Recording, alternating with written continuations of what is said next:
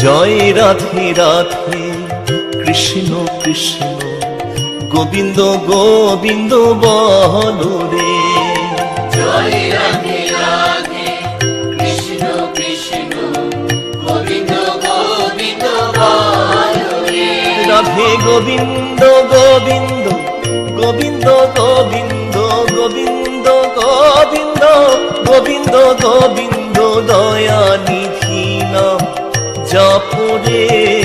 জয় রাধে রাধে কৃষ্ণ কৃষ্ণ গোবিন্দ গোবিন্দ।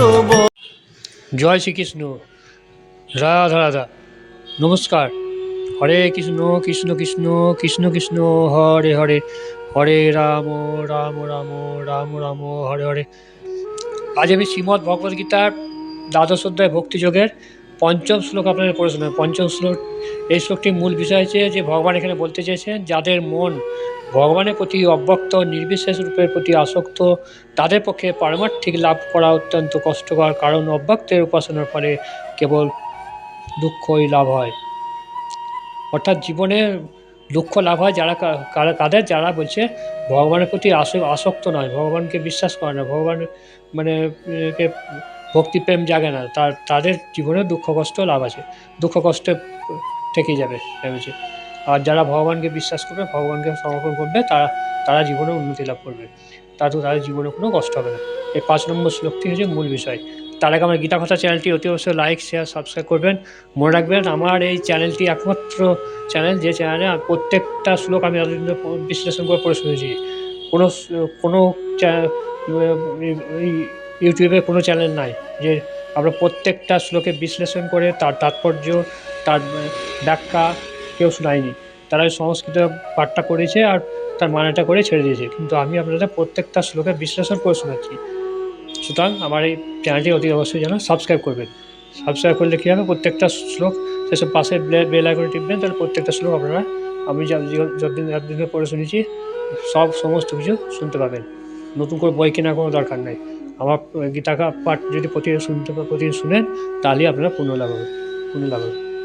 তাহলে শুরু করছি 5 নম্বর শ্লোক, দ্বাদশ অধ্যায় ভক্তিযোগের 5ম শ্লোক। শ্রী শ্রী প্রভুপাদের গীতার গান। কিন্তু এই ভেদাভেদ জ্ঞান উভয়ের মধ্যে ভক্ত পায় অতি শীঘ্র আর কষ্টে সিদ্ধে। অব্যক্ত আসক্ত সেই বহু ক্লেশ তার, অব্যক্ত যে গতি দুঃখ দেহির অপার। তাৎপর্য, যাদের মন ভগবানের অব্যক্ত নির্বিশেষ রূপের প্রতি আসক্ত তাদের পক্ষে পারমার্থিক লাভ করা অত্যন্ত কষ্টকর, কারণ অব্যক্তের উপাসনার ফলে কেবল দুঃখই লাভ হয়।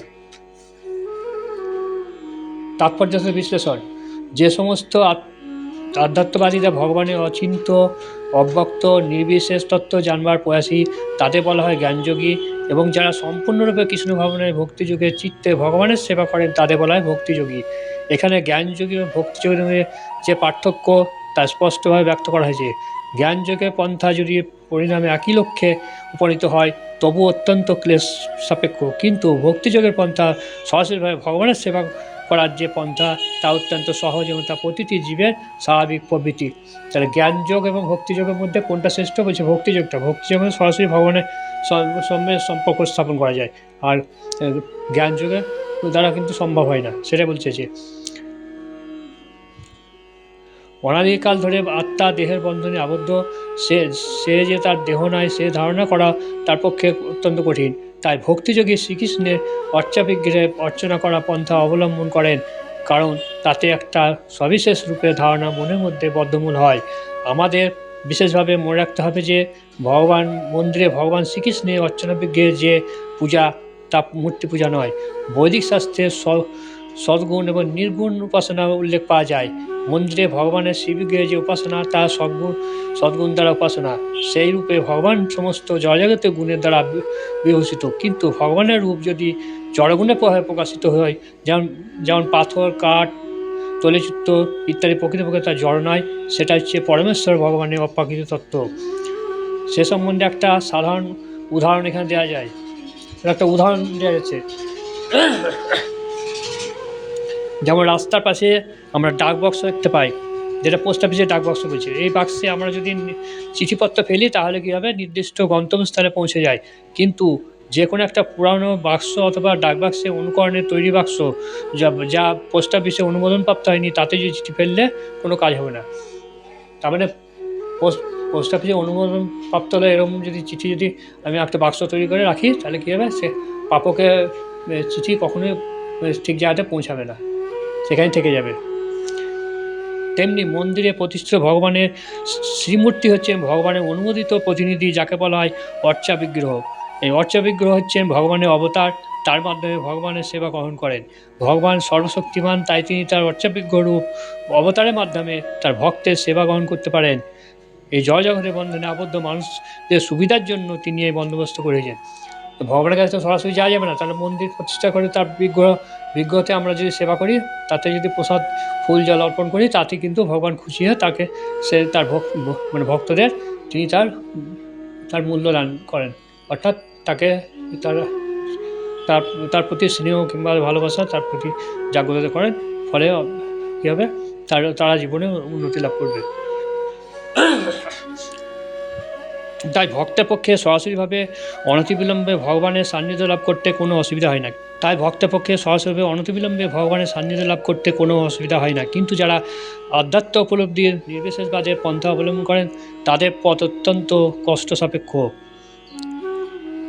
তাদের উপনিষদ আদি বৈদিক গ্রন্থের মাধ্যমে পরমেশ্বরের অব্যক্ত রূপ উপলব্ধি করতে হয়, সেই ভাষা শিক্ষা করতে হয়, অতীন্দ্রিয় অনুভূতিগুলি উপলব্ধি করতে হয়, এই সবগুলি সম্যক হৃদয়ঙ্গম করতে হয়। কিন্তু কোনো মানুষের পক্ষে এই পন্থা অবলম্বন করা খুব সহজ নয়। কিন্তু কৃষ্ণ ভাবনে ভাবিত যে মানুষ সদ্গুরুর দ্বারা পরিচালিত হয়ে ভক্তিযোগে ভগবানের সেবা করেন, তিনি কেবলমাত্র ভক্তির স্তরে ভগবানের শ্রীবিগ্রহ প্রণাম করেন, ভগবানের লীলা শ্রবণ করেন এবং ভগবানের নিবেদিত প্রসাদ গ্রহণ করে অনায়াসে পরম পুরুষোত্তম ভগবানকে উপলব্ধি করতে পারেন। তাহলে ভগবানের ভক্তিযোগের মাধ্যমে কী হলো,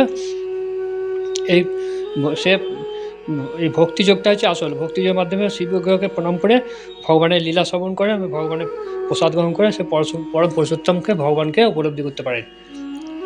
নির্বিশেষবাদীরা যে অনর্থক ক্লেশদায়ক পন্থা অবলম্বন করেছেন, তাদের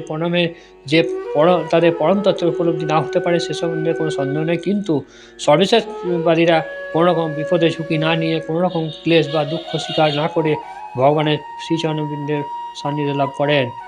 শ্রীমদ্ ভগবদ্গীতা এই ধরনের একটা শ্লোক আছে, তাতে বলা হয়েছে যে পরম পুরুষোত্তম ভগবানের শ্রীচরণে আত্মনিবেদন করাই যদি পরম উদ্দেশ্য হয়, তাহলে তা না করে কোনটি ব্রহ্ম হোক, কোনটি ব্রহ্ম নয়, এই তত্ত্ব জানবার জন্য সারা জীবন নষ্ট করলে তার ফলটা ক্লেশদায়ক হয়। তাই আধ্যাত্ম উপলব্ধির এই ক্লেশদায়ক অবস্থা না গ্রহণ করে উপদেশ দেওয়া হয়েছে, কারণ তার পরিণতি অনিশ্চিত।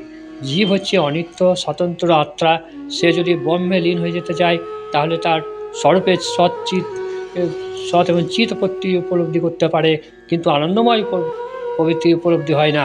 জ্ঞান যোগের পথে বিশেষভাবে আগ্রহী সমস্ত আধ্যাত্মিকরা কোনো ভক্তের কৃপায় ভক্তিযোগের পথে আসতে পারেন।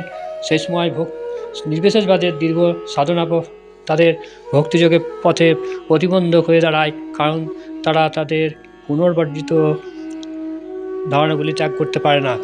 তাই বদ্ধজীবের পক্ষে নির্বিশেষ ব্রহ্মের উপাসনা সর্বাবস্থাতেই ক্লেশদায়ক, তার অনুশীলন ক্লেশদায়ক, তার উপলব্ধিও ক্লেশদায়ক। প্রতিটা জীবের আংশিক স্বাতন্ত্র্য আছে।